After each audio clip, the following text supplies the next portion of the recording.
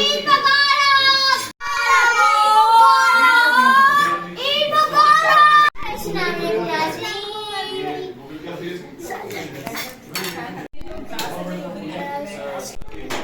guys! Guys, what up, what's up guys? And like and subscribe and also tell us how your Eid went in the comments.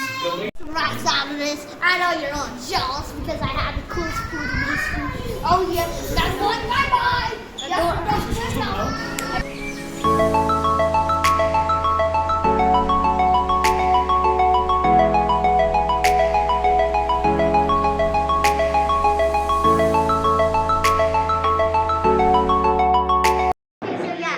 Don't worry about that. Actually, this is our second day of Eid, and today we're having a lot of food, and our run is here, not to stay at the house.